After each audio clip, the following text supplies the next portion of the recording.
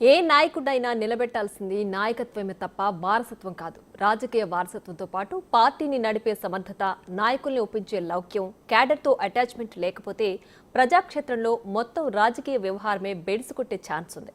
ఇందుకు ఆనాటి నుంచి ఈనాటి వరకు ఇండియాలో చాలానే ఎగ్జాంపుల్స్ ఉన్నాయి. అప్పటి పరిణామాలు ఆనాడు ప్రాంతీయ పార్టీల నాయకత్వ ముఖ చిత్రాన్ని మార్చేశాయి. అప్పటికీ ఇప్పటికీ పెద్ద తేడా ఏం లేదు. ఈ జనరేషన్ పాలిటిక్స్లోనూ అదే కంటిన్యూ అవుతోంది. రేపటి రోజున తెలంగాణలోనూ అదే జరిగే అవకాశం కనిపిస్తోంది.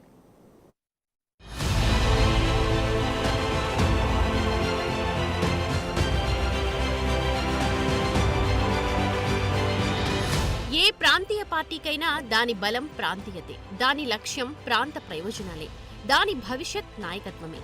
ఇప్పటి వరకు జనం జేకొట్టింది కూడా ఆ నాయకత్వానికే, నమ్మింది కూడా సమర్థత కలిగిన నాయకులనే. రాజకీయ వారసులు ఎంట్రీ ఇచ్చిన ఎపిసోడ్లు ఎన్నో ఉన్నా జనం మాత్రం నిబద్ధత కలిగిన నాయకులనే బలపరిచారు. ఇందుకు లేటెస్ట్ ఎగ్జాంపుల్స్ ఎన్నో ఉన్నాయి. మహారాష్ట్ర రాజకీయాలనే పరిశీలిస్తే ఎన్సీపీ గురించే ముందు చెప్పుకోవాలి. శరద్ పవార్ అంటే మరాఠా రాజకీయ యోధుడు. కాంగ్రెస్ నుంచి బయటకొచ్చి నేషనలిస్ట్ కాంగ్రెస్ స్థాపించి మరాఠా గడ్డపై ఆయన నిలదొక్కున్న తీరు ఆ రాష్ట్ర రాజకీయాలపై ఎన్నటికీ చెరగని ముద్ర వేసింది. అయితే పార్టీ పెట్టిన దగ్గర నుంచి శరద్ పవార్ వెనుకున్నది, పార్టీ నిర్మాణంలో ముందు నుంచి కష్టపడింది, నాయకులను ఏకం చేసింది మాత్రం అజిత్ పవారే. అలాంటి నేతను పక్కన పెట్టి ఎన్సీపీని కూతురు సుప్రియా సూలేకి అప్పగిద్దామనుకున్నారు శరద్ పవార్. దాంతో అజిత్ తెగదెంపులు చేసుకుని బయటకొచ్చేశారు. అప్పుడంతా శరద్ పవార్ నుంచే పక్కకు జరుగుతున్నావా, ఇక నీ రాజకీయ జీవితం ముగిసినట్టే అన్నారు. కానీ మహారాష్ట్ర ఎన్నికల్లో జనం అజిత్ పవార్ వైపే నిలబడ్డారు. ఆయన వర్గానికే జేకొట్టారు. శరద్ పవార్ని పూర్తిగా పక్కన పెట్టేశారు. బాల్ ఠాక్రే వారసుడిగా తెరమీదకొచ్చిన ఉద్ధవ్ ఠాక్రే విషయంలోనూ ఇదే జరిగింది.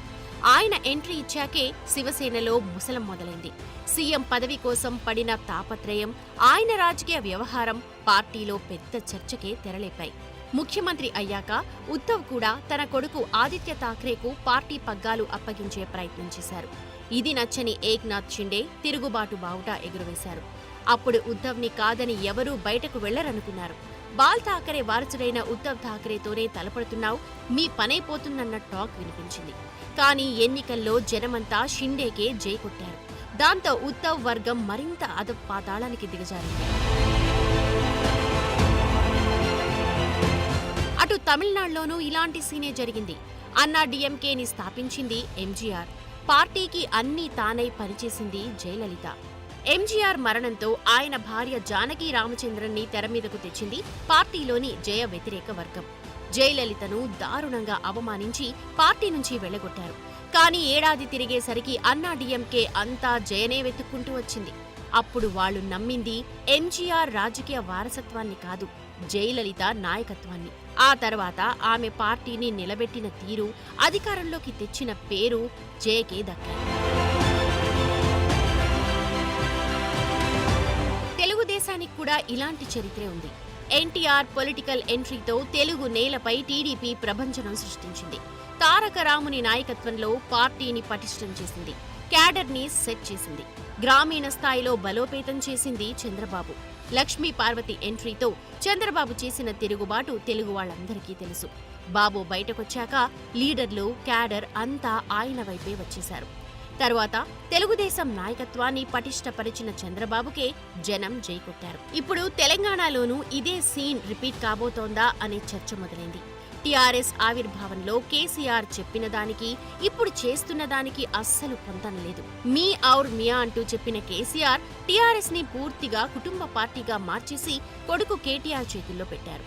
మరోవైపు పార్టీ పెట్టిన నాటి నుంచి కేసీఆర్ వెన్నంటే ఉండి పార్టీలో ఏ సంక్షోభం వచ్చినా పట్టుబట్టి చక్కదిద్ది రాత్రింబవళ్లు కష్టపడి పార్టీని బలోపేతం చేసిన హరీష్ రావుని మాత్రం సైలెంట్ గా సైడ్ చేసేశారు. ట్రబుల్ షూటర్ అనే పేరును హరీష్ కిచ్చింది కూడా పార్టీనే. అలాంటి నాయకుడికి ఇప్పుడు నంబర్ 2 ప్లేస్ కూడా లేకుండా చేసేందుకు కవితను యాక్టివ్ చేస్తున్నారు అన్న చర్చ జరుగుతోంది. అందుకోసమే ప్రాంతీయ పార్టీల్లో ఆనవాయితీగా మారిన వారసత్వం వర్సెస్ నాయకత్వం సీన్ ఇక్కడ కూడా కనిపించనుందా అనే చర్చ మొదలైంది. కేసీఆర్ ని నమ్మి పార్టీ వర్కింగ్ ప్రెసిడెంట్ ని చేస్తే ఎన్నికల ఫలితం ఎలా వచ్చిందో తెలంగాణ అంతా చూసింది. దాంతో కేసీఆర్ ఫామ్ హౌస్ కే పరిమితమైపోయారు. కొన్ని నెలలుగా ఆయన ఎర్రవల్లి దాటి బయటకు రావట్లేదు. పైగా వయసు మీద పడుతోంది. ఆరోగ్య సమస్యలు కూడా కేసీఆర్ ని వెనక్కి లాగేస్తున్నాయి. దాంతో కేసీఆర్ తరువాత అంత దూకుడుగా పార్టీని నడిపేదెవరన్న ప్రశ్న తలెత్తితే అస్సలు సమాధానమే దొరకట్లేదు. ఇప్పటికే కేటీఆర్ పనితీరు, వ్యవహార శైలిపై అనేక విమర్శలు ఉన్నాయి. ఆయనేం చేసినా అది తిరిగి తిరిగి పార్టీకే తగులుతోంది. పైగా కింది స్థాయి లీడర్లతో అంత సఖ్యతగా ఉండరన్న ఆరోపణలు, తన కోట్రీని మాత్రమే నమ్ముతారన్న చర్చ ఉంది. కానీ హరీష్ రావు అలా కాదు. ఆయన వర్కింగ్ స్టైలే డిఫరెంట్. కింది స్థాయి లీడర్లనే కాదు, కార్యకర్తలను కూడా కలుపుకొని వెళ్లే తత్వం ఆయనది. మరి కేసీఆర్ గనక పూర్తిగా కేటీఆర్ కు పార్టీ పగ్గాలు అప్పజెబితే మరో షిండే, అజిత్ పవార్లా హరీష్ రావు మారకుండా ఉంటారా? పైగా కేసీఆర్ దగ్గరున్నంత స్వేచ్ఛ కేటీఆర్ దగ్గర హరీష్ రావుకు ఉండే అవకాశమే లేదు.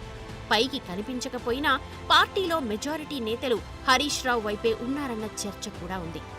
ఒకవేళ అటో ఇటో తేల్చుకోవాల్సిన టైం వస్తే మాత్రం కేటీఆర్ కు ఉద్ధవ్ ఠాక్రే, సుప్రియా సూలే పరిస్థితే వస్తుందన్న చర్చ బలంగా వినిపిస్తోంది.